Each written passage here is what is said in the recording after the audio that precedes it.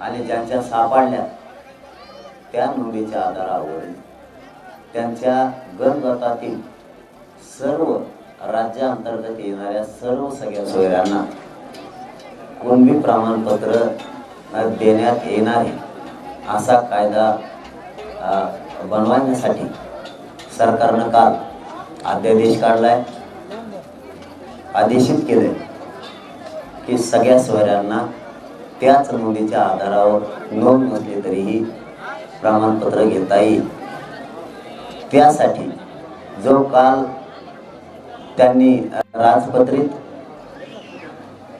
अधिसूचना केल्या, अध्यादेश तो काढलाय, त्यामार्फत किमान पहिलं प्रमाणपत्र एक मिळेपर्यंत त्या कायद्याची तात्काळ लगेच अंमलबजावणी होण्यासाठी हे आंदोलन तोपर्यंत कायमस्वरूपी अंतरवालीचं सुरू राहणार आहे। कारण आपण मराठा समाजाला सांगितलं होतं, मराठा समाजाला आरक्षण परिपूर्ण मिळाल्याशिवाय हे आंदोलन थांबणार नाही।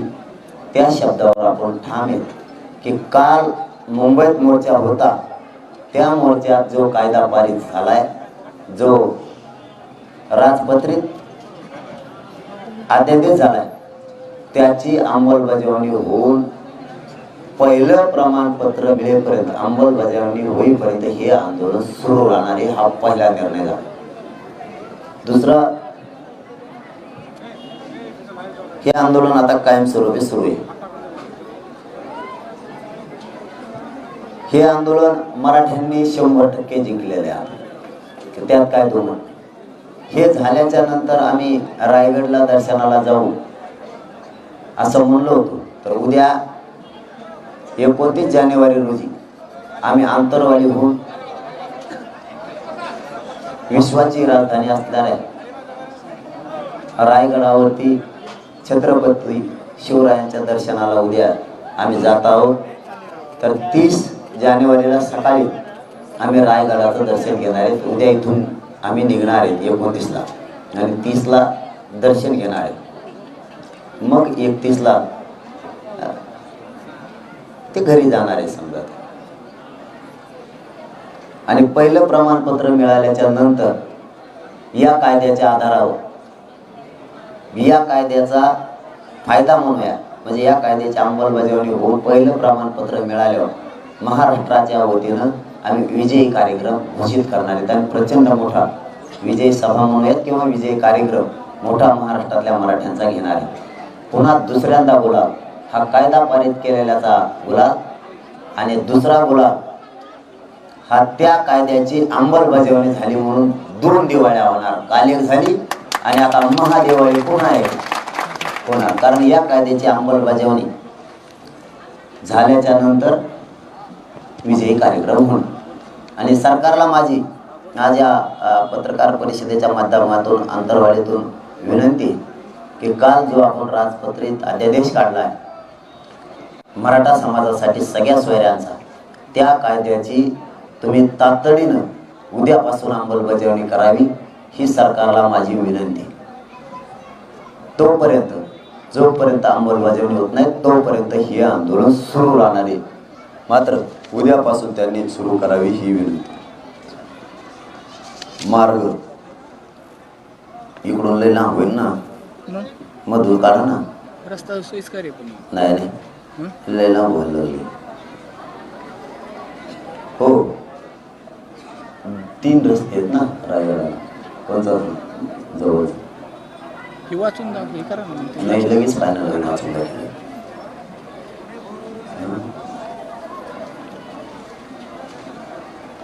इकडे मधून एक येणं जाता येतं इकडून जामखेड भिगवण मार्गे, पण रस्ता लय खराब आहे। याच्यावर पाहिजे। दुसरा कोणचा आहे? नगर नवनाथाचं मंदिर, कानिनाथाचं मडी राईट, तेच माझा रस्ता काढला मी आत्ता चालत तिकडून।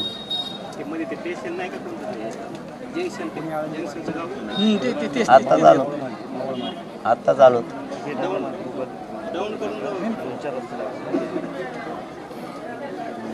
चला रायगडला जाणार आहे, रूट आपण थोड्या वेळाने सांगू। थोड्या वेळ मग काढा लगेच कोणत्या मार्गे जायचं. म्हणजे डिक्लेअर झालं तर ते गावकरी लोक बिचारे थांबतील, नंतर त्यांनी कोणत्या मार्गाने थांबतील ते उघड 4-4 बाजूने एकमेकाच्या भेटीला थांबायला. चला बाकीचं झालंय. सरकारला आज 2 विनंती आहेत आता, म्हणजे पत्रकार परिषद थांबवायला, की काल जो राजपत्रित आपण अध्यादेश काढलाय त्याची अंमलबजावणी तातडीने करावी ही सरकारला विनंती. मराठवाड्याचे जे गॅजेट आहे 1884चं ते शिंदे समितीला देऊन ते तातडीनं ते लागू करावं ही सरकारला विनंती आहे. 1884ची जनगणना तीही लागू करावी. सातारा संस्थांचं गॅजेट हे शिंदे समितीकडे देऊन तेही लागू करावं आणि बॉम्बे गव्हर्नमेंटचं गॅजेट आहे तेही लागू करावं ही सरकारला आज या पत्रकार परिषदेच्या माध्यमातून विनंती. आता शेवटी पुन्हा एकदा काल सरकारनं जो अध्यादेश काढलाय त्याची अंमलबजावणी होऊन समाजाला त्याचा फायदा होत नाही त्या कायद्याचा, तोपर्यंत हे आंदोलन सुरू राहणार आहे.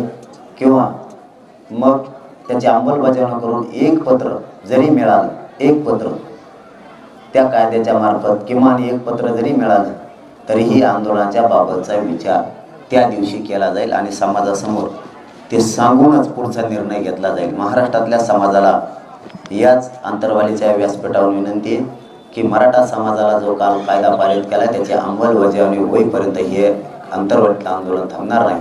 तुम्हाला शब्द दिला होता की महाराष्ट्रातल्या मराठा समाजाला आरक्षण मिळाल्याशिवाय हे आंदोलन बंद होणार नाही. मराठ्यांना आरक्षण मिळाले पण ह्या कायद्याची थोडी अंमलबजावणी राहिली. याची अंमलबजावणी 1% होतं. हे जर झाली महाराष्ट्रातल्या सगळ्या मराठ्यांना प्रमाणपत्र मिळाले म्हणून समजायचे, शंका घेण्याचं कारण नाही. आणि जर कोणाला काही शंका असल्या तर त्याला शेवटच्या माणसाला आरक्षण मिळेपर्यंत मी इथं बसलेलो, काळजी करायची गरज नाही. प्रत्येक मराठ्यांना आरक्षण मिळाल्याशिवाय, पत्र मिळाल्याशिवाय माघार नाही. धन्यवाद. तुमचं काही ओके? भुजबळांनी आज महत्वाची जी आहे ती ओबीसी नेत्यांची बैठक बोलावली आहे. त्यामध्ये म्हणजे कोर्टानं आधी सांगितलेलं आहे की मराठा समाज मागास नाहीये, मात्र काही यंत्रणा जे आहे ते मराठा समाजाला मागास दाखवण्याचं काम करतायत आणि त्यांचा हट्ट पुरवण्याचं काम करतायत असं भुजबळ म्हणतात. काही यंत्रणा कोणत्या म्हणा सांगत आहे ना, ते जाऊ तिकडे. त्याला काय, त्याला कळालंय आता मराठी आरक्षणात गेले काहीतरी बराळायचं म्हणून बराळायचं. ओबीसी बांधवांना, गावखेड्यातल्या माझी विनंती आहे, मराठा बांधवांना सुद्धा, आपण एकत्रित राहा. हे राजकारणी लोक आपल्यात वाद लावतील. जे खरं ते होणार आहे. मराठ्यांच्या नोंदी मिळाल्यात, मराठा आरक्षणात जाणार आहे 100% आणि मराठा समाज गेलेला सुद्धा आहे. त्यामुळं आमची नियत चांगली साफ. आमच्या डोक्यात जर काय असताना तर कालचा जो कायदा पारित झालाय तो वाचून बघा. अध्यादेश जो आहे ना कालचा तो वाचून बघा एकदा. मराठा समाजाला सगळ्या सोयऱ्यांना नोंदी असलेल्या बांधवांच्या माध्यमातून प्रमाणपत्र देण्यात यावं यासाठी, तरीही त्या ठिकाणी सगळ्या ओबीसी बांधवांना सुद्धा त्यांचे जर कोणी सोयरे राहिले तर त्यांनाही मिळावं. म्हणजे कायदा दोन्हीसाठी पण आहे. कालचा आंदोलन आम्ही केलं, फायदा आमचा व्हायला पाहिजे. आमचा झाला त्यांचा झाला आम्ही म्हणू शकलो असतो, म्हणायचं असतं तर.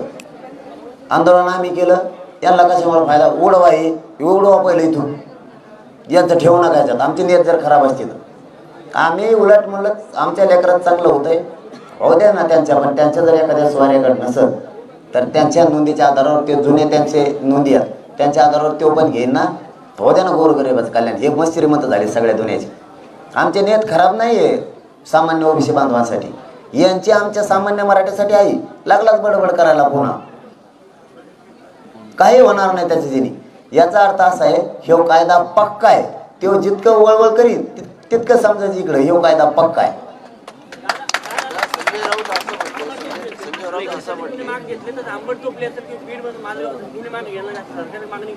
हे राज्याच्या बाहेर आसामचे आहेत का काय तालुके?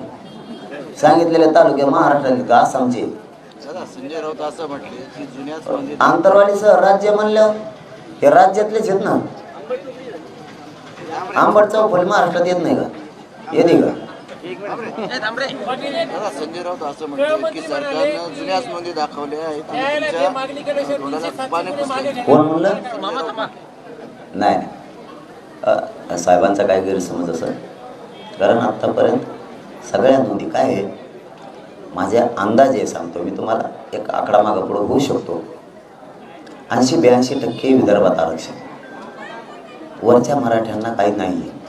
पश्चिम महाराष्ट्र हे 45 ते 55च्या आसपास आरक्षण, वरचं 45% नाही आहे, वरचे मराठा आहे. तसंच पद्धत कोकण खानदेश अशीच आहे आणि मराठवाड्यात तर पूर्णच आहे. तिकडं हे 4 विभाग आहे, तिकडं सहज सापडतात नोंदी, लक्षात घ्या.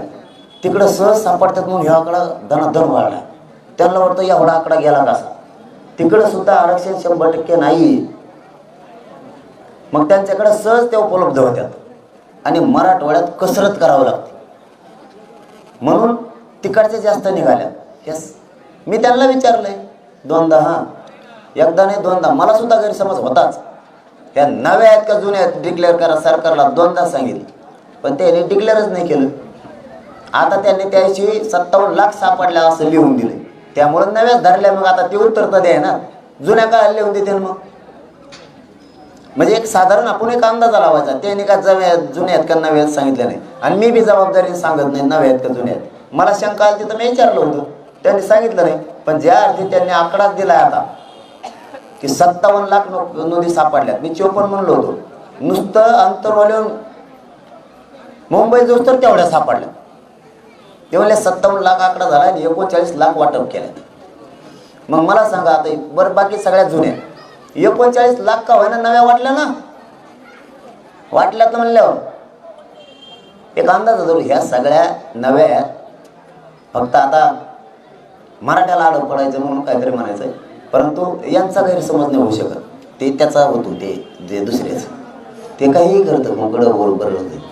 दादा, विषय असा आहे की तुम्ही असे म्हणाला प्रेसमध्ये आणि सरकारने तुम्हाला असं आश्वासन दिलं की आंतरवालीसह राज्यभरातील सर्व मराठा आंदोलकावरील गुन्हे मागे घेणार. पण काल फडणवीसांनी असं म्हटलेलं आहे की मराठा आंदोलकावरील गुन्हे सरसकट आम्ही मागे घेणार नाही. मग आंदोलन सुरू राहणार, मागे नाही घेणार तर ही दणका सुरू राहणार. 31 तारखेला दादा पंकजा मुंडे 31 तारखेला वेळ नाही दिला, आले व्यक्ती गावकरी. पंकजा मुंडेने स्वागत केलं ओबीसी मध्ये. मग एक ओबीसी लाख ओबीसी म्हणावं असे मराठा लाख मराठा म्हणणे दोन्ही आम्हीच आहेत. ओबीसी आम्हीच, एक मराठा ओबीसी मराठा, कोटी मराठा आम्हीच, मराठा आम्ही ओबीसी आम्ही, कारण शेतकरी आम्हीच आहेत आणि लढाऊ क्षेत्रीय मराठी आम्ही, दोन्ही आम्हीच.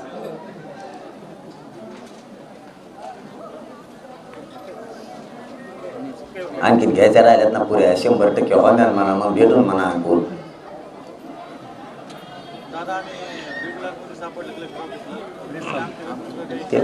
प्रेस एकीकडे एकनाथ शिंदे म्हणतायत, फडणवीस म्हणतायत ओबीसीला धक्का लावू देणार नाही, मराठ्यांना आरक्षण देऊ, तर दुसरीकडे त्यांच्याच सरकारमधले भुजबळ विरोध करतात. त्याचा जाण सोडून ते विरोध करणार आहे मरूस तर ते काही कामातून गेलं, त्याला जाता जाता भांडणं लावून जायचे ओबीसीत आणि मराठ्यात, दुसरं काही काम नाही त्याचं तेवढंच काम आहे. त्याला मराठ्यात आणि ओबीसीत भांडण लावायचं आणि आमच्यात का होत नाही. त्याचं सगळ्यात मोठं डोकं कुठं उठत आहे माहिती आहे का, भांडणं कम लागणार ओबीसी बांधवात आणि मराठ्यात, त्याचं इथं जास्त दुखत आहे पोट, आमच्यात लागत नाही. कारण आम्ही रोज एकमेक खातो पितो उठतो उड्या मारतो, आनंदानं सुखादुखात सगळं चालू आहे आमचं, आम्ही खेळत नाही. त्याची पोटजळी तिथं आहे, यांचे भांडणं लागणार, आम्ही काय लावून घेत नाहीत आमच्यात भांडणं. तो तर प्रमाण असं उड्या हाण त्याचं वजन कमी होऊन एखाद्याची फुटकून जातं का का. आरक्षणाबाबतीत सरकारनं जो निर्णय घेतला आहे त्यामध्ये नारायण असं म्हणतात की जो सरकारने निर्णय घेतला आहे त्याच्याशी मी सहमत नाही आणि पारंपरिक मराठ्यांचं सरकारच्या निर्णयाने नुकसान झालेलं आहे. खच्चीकरण झालं, नुकसान खच्चीकरण म्हणजे याचा अर्थ काय तर बरोबर आहे. आता कालचा पारित झाला. धन्यवादच. पाटील, बीडमध्ये तुम्ही नोंद प्रमाणपत्र काढण्यासाठी माझा नावाच्या उपजिल्हाधिकाऱ्यांनी 10,000ची लाच घेतली, तर त्यांचे कलंक पकडले आणि उपजिल्हाधिकाऱ्यांना नोटीस सुद्धा दिली, त्या फरार आहेत. याकडे कसं नाही हो, मला आता माहीत झालं. मग तर आता प्रमाणपत्र द्यायसाठी अरे त्याला तर लगेच बडतर्फ करायला पाहिजे. मी महसूल मंत्र्यांना बोलून लगेच सांगतो, मराठा आरक्षणाच्या कुणबीच्या बाबत घेणारा अधिकारी सोडायचाच नाही. आता आम्हाला कुठं मिळालं ना वाटलो करतो का आमचे पैसे घेऊन, त्याला तर मी तर बडतर्फीच मागणी करतो महसूल मंत्र्यांकडे, म्हणजे दुसरे करणार नाहीत. ओके, चल, धन्यवाद. थांबा रे.